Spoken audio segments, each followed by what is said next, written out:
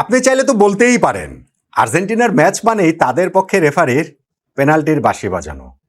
2022 বিশ্বকাপে যেটা বারবার দেখা গিয়েছে, 2026 বিশ্বকাপের বিল্ড আপেও শেষ দুইটা প্রস্তুতি ম্যাচে হন্ডুরাসের বিপক্ষে খেলার পর আজকে আইসল্যান্ডের বিপক্ষে ম্যাচেও তো আর্জেন্টিনা পেনাল্টি পেয়েছে।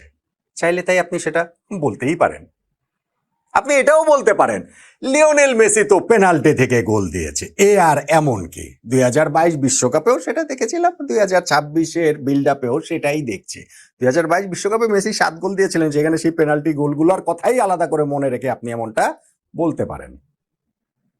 তাতে অবশ্য আর্জেন্টিনার কিংবা তাদের সমর্থকদের খুব একটা কিছু যাবে আসবে বলে আমার কাছে মনে হয় না, কেননা 2026 বিশ্বকাপের প্রস্তুতিটা আর্জেন্টিনা করলো দুর্দান্তভাবে। ম্যাচ প্রিপারেশনটা অন্ততপক্ষে শেষ করলো আজকে আইসল্যান্ডের বিপক্ষে আরো একটা ডোমিনেটিং জয়ের মাধ্যমে, 3-0 গোলে জয়ের মাধ্যমে, যেই জয়টাতে আর্জেন্টিনার জন্য সবচেয়ে তৃপ্তিদায়ক লিওনেল মেসির ফেরা। লিওনেল মেসি একটা ইনজুরিতে পড়েছিলেন, ওই তার ক্লাব দল ইন্টার মায়ামির হয়ে খেলার সময়, ঠিক ইনজুরিতে না, তার ওই যে ওইখানটাতে একটু কমপ্লেইন ছিল, একটু ফ্যাটিক ছিল, এবং সেই জায়গাতে ওই আগের প্রস্তুতি ম্যাচটাতে তিনি যখন খেলেননি হন্ডুরাসের বিপক্ষে, তখনই একটু একটু করে কপালে ভাঁজ পড়ছিল। তবে আইসল্যান্ডের বিপক্ষে ম্যাচটা তিনি খেলবেন আগে থেকেই জানা ছিল, কিন্তু সেই ম্যাচটাতে মেসি যখন খেলতে নামলেন এবং নামার পরে শেষ যে 20-25 মিনিট খেলেছেন, যে ইম্প্যাক্ট মেসি রেখেছেন, তাতে বোঝা গেল তখনও মেসি এখনো মেসি। এই বিকেলেও তিনি ভোরের সূর্যের মতোই আলো ছড়ান। এই বিশ্বকাপেও লিওনেল মেসি ডিফারেন্স মেক করে দেওয়ার সামর্থ্য যে রাখেন, এই 2 সপ্তাহ পরে 39 হয়ে যাবে এই বয়সে এসেও, সেটা আজকের এই মিনিট 20 খেলায় লিওনেল মেসি আরো ভালো করে বুঝিয়ে দিয়েছেন। তাই আর্জেন্টিনা পেনাল্টিতে গোল দিয়েছে, মেসি পেনাল্টিতে গোল দিয়েছে, সেগুলো বলে অন্য দলের সমর্থকরা ঠিক আছে ব্যান্টারের জন্য বলতে পারেন, একটু খোঁচাখুচির জন্য বলতে পারেন, কিন্তু আর্জেন্টিনার সেইটাতে আসলে খুব একটা কিছু যায় আসে না। বরং বিশ্বকাপের প্রস্তুতিটা যে চূড়ান্তভাবে খুব ভালোভাবে তারা নিতে পেরেছে, সেই তৃপ্তির জায়গাটাই বেশি। অপেক্ষাটা ছিল মেসির জন্য। আইসল্যান্ডের বিপক্ষে ম্যাচে ফার্স্ট 11-এও তিনি খেলতে পারেনি, এরকম একটা হাওয়া বাতাসেও খবর ছিল, মিডিয়াতেও খবর টবর ছিল। কোচ লিওনেল স্ক্যালোনি অবশ্য বলেছেন মেসি খেলবেন, তবে কত মিনিট খেলবেন, কোন সময়টা খেলবেন, সেটা মেসির সঙ্গে কথা বলে চূড়ান্ত করবেন। ফার্স্ট 11-এ মেসিকে দেখা গেল না।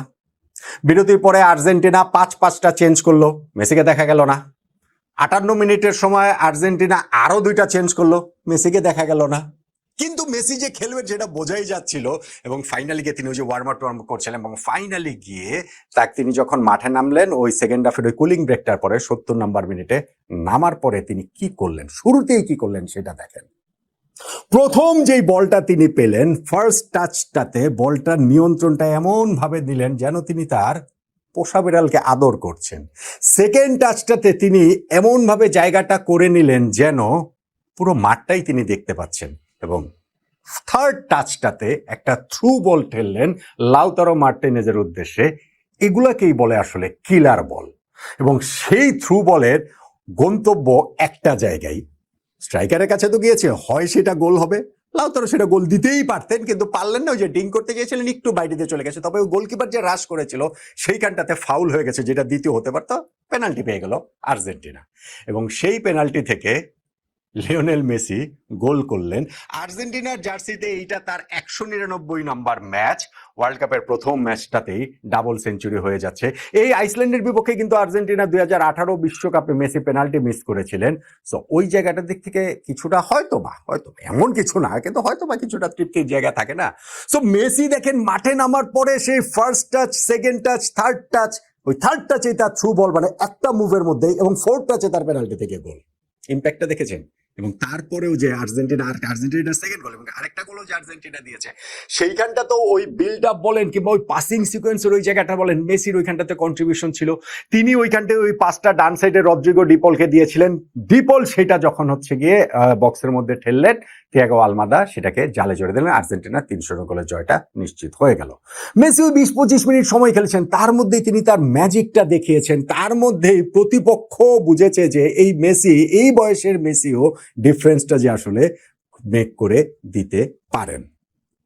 আর্জেন্টিনার জন্য অবশ্যই স্বস্তির জায়গা, আর্জেন্টিনার জন্য অবশ্যই এটা হচ্ছে একটা তৃপ্তির জায়গা। ম্যাচের যদি আমি হিসাব করি তারা এই জায়গাটাতে 3-0 গোলে জিতেছে, সেইটাও একটা তৃপ্তির জায়গা। তৃপ্তির জায়গা এইখানটা তো যে 2022 ওয়ার্ল্ড কাপের পর আর্জেন্টিনা কিন্তু একটা ইউরোপিয়ান টিমের সঙ্গে খেলে নেয়। এই আইসল্যান্ড হচ্ছে গিয়ে প্রথম ইউরোপিয়ান টিম, তারা লাস্ট ওয়ার্ল্ড কাপ জয়ের পরের এই 4 বছরে 3.5 বছর সময়ের মধ্যে তারা খেললো। সো ওয়ার্ল্ড কাপ শুরু করার আগে এটা একটা গুড টেস্ট, এবং আইসল্যান্ড ওয়ার্ল্ড কাপে তারা কোয়ালিফাই করতে পারেনি, কিন্তু ভালো টিম তারা। এবং আজকের ম্যাচটা তো বেশ কয়েকটা চান্স তারা ক্রিয়েট করেছিল। আর্জেন্টিনার চান্সের কথার সঙ্গে যদি তুলনা করি তাহলে তো ভাই আর কিছু বলার নাই। আর্জেন্টিনা 3-0 গোলে জিতেছে, তারা এই ম্যাচটা খুব সহজেই আরো 3-4টা গোল তারা দিতে পারতো, তারা সেটা পারে নাই। ধরেন ওই যে আমি মাঝখানে সময়টার কথাই যদি বলি, ওই 58 থেকে 66, ওই 7-8 মিনিট টাইমের মধ্যে আর্জেন্টিনার 3টা গোল হওয়ার কথা ছিল, 3টা গোল আরো হওয়া উচিত ছিল।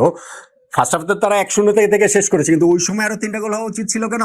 একটা প্রথমেই দেখেন এখানটাতে নিকো পাস যে একটা পাসটা দিয়েছিলেন বক্সের মধ্যে লাউতারো মার্টিনেজ ফ্রি, এবং সেই পাসে তার ওয়েটটা একটু বেশি হয়ে গিয়েছিল, লাউতারো ওইটাতে রিচ করতে পারেননি, সেই কারণে সেটা গোল হয়নি। সামনে তো পুরো ফাঁকা হচ্ছে গিয়ে গোলবাড়ি ছিল, ফলে ওই কারণে ওইটা গোল হলো না, মিস হয়ে গেল। জাস্ট তার কিছুক্ষণ পরে এইবার হচ্ছে গিয়ে লাউতারো মার্টিনেজ পাস দিলেন হচ্ছে গিয়ে অ্যালেক্সিস ম্যাকঅ্যালিস্টারকে, সেই ম্যাকঅ্যালিস্টারের শটটা পোস্টে লেগে প্রতিহত হলো, এবং কিছুক্ষণ পরেই ম্যাকঅ্যালিস্টার পাস দিলেন, একটা ভালো একটা বল দিয়েছেন, এটা হচ্ছে স্কোয়ার করে নাই, এটা সোজা একটা থ্রু বল দিয়েছেন, সেটা ভালো একটা বল দিয়েছেন হচ্ছে গিয়ে লাউতারোকে, এবং লাউতারো সেইটাকে কিন্তু যখন মেরেছিলেন সবাই তো ভেবেছিলাম আসলে গোল, কিন্তু ওইটাও আসলে শেষ পর্যন্ত গিয়ে সেই পোস্টেই প্রতিহত হয়। ওই 7-8 মিনিটের মধ্যে আর্জেন্টিনা 3টা চান্স মিস করেছে, এবং আমি যেটা বলছিলাম একটু কনসার্নের জায়গা, আর্জেন্টিনা কিন্তু চান্স কনসিডও করেছে, স্পেশালি ম্যাচের একদম শুরুতে 4 নম্বর মিনিটের সময় আইসল্যান্ড যেই চান্সটা মিস করেছে, ওইটা আসলে চাইলেও মিস করা কঠিন, মানে প্র্যাকটিস করেও এরকম মিস করা যায় না। আইসল্যান্ড যেভাবে তাদের ওইখান থেকে ওই লেফট সাইড থেকে একটা বল কাউন্টার এটাকে এসে তারা যে বলটা মেরেছিল, এবং এইখান থেকে ওই ফুটবলারটা তিনি হচ্ছে একটা ফাঁকা বার, ওর মধ্যে উপর দিয়ে বলটা তিনি কিভাবে পাঠালেন তিনি আসলে জানেন। জাস্ট এর মিনিট 4 পরে 8 মিনিটের মধ্যে আর্জেন্টিনা লিডটা পেয়ে যায়। ভ্যালেন্টিন বার্কো তিনি গোলটা করেছেন বক্সের বাইরে থেকে, ওইখানটাতে আইসল্যান্ডের ডিফেন্সের ভুল আছে বলতে হচ্ছে তারা বলটা ক্লিয়ার করতে পারছিল না বেশ কিছুটা সময় ধরে। বার্কো ওইটা হচ্ছে যে শটটা নিয়েছেন, খুব প্রপার কানেক্ট হয়েছে তা না, খুব ক্লিন হিট তিনি করেছেন তা না, কিন্তু সেটা গোল হবার জন্য যথেষ্ট। সো আর শেষের দিক দিয়ে গিয়ে তো আমি বললাম যে পরের দিকেও আর্জেন্টিনা আরো কিছু চান্স পেয়েছে, কিন্তু ওই যে 8 মিনিটে 3টা সুযোগ, ওইটা আসলে একটু বেশি হয়ে গিয়েছে। ওই সময়ের দিকেও কিন্তু আর্জেন্টিনা আরো চান্স কনসিড করেছে, শেষ দিকে গিয়েও একটা ওই যে হেড থেকে যেটা আইসল্যান্ড বাইরে মেরে দিল, ওই কয়েকটা সুযোগ আর্জেন্টিনাও পেয়েছে, কিন্তু তাদের যে চান্স কনসিড করাটা সেইটা আমার কাছে মনে হয় যে তাদের কোচের জন্য কিছুটা আসলে একটুখানি কনসার্নেরই জায়গা। একটা জিনিস আমার কাছে একটুখানি খটকা লেগেছে, যে ওয়ার্ল্ড কাপের আগে এটা যেহেতু লাস্ট কম্পিটিটিভ ম্যাচ, সেইখানটাতে ফার্স্ট 11টা কি Argentina more or less world কাপের ফার্স্ট 11-এর কাছাকাছি খেলাতে পারতো কিনা, নট নেসেসারিলি সেটাতে মেসিকে স্টার্ট করতে হবে, কিন্তু ধরেন ওই যে মিডফিল্ড ট্রাইকে স্টার্ট করাতে পারতো, কিন্তু ধরেন লাউতারো মার্টিনেজকে স্টার্ট করাতে পারতো, কিন্তু ধরেন হচ্ছে গিয়ে ওই সেন্টার হাফের ওইখানটাতে তারা কোন সেন্টার হাফ নিয়ে খেলবে তাদেরকে স্টার্ট করতে পারতো, সেইটা কিন্তু আর্জেন্টিনা করেনি। বরং আর্জেন্টিনা ফার্স্ট হাফে মোটামুটি সেকেন্ড একাদশ নিয়ে খেলেছে, সেকেন্ড হাফে গিয়ে সেইখানটাতে মোটামুটি ফার্স্ট একাদশকে তারা এইখানটাতে নামিয়েছে। ওই কারণেও সেকেন্ড হাফে আর্জেন্টিনাকে মেসির প্রেজেন্স তো একটা ব্যাপার রয়েছে, তার উপরে যখন ওই সেকেন্ড হাফে এরকম একটা মানে মেইন 11টা নেমেছে, তখন আর্জেন্টিনাকে আরো অনেক বেশি শার্প লেগেছে নিঃসন্দেহে, স্পেশালি তাদের ওই মিডফিল্ড কন্ট্রোলের কারণে।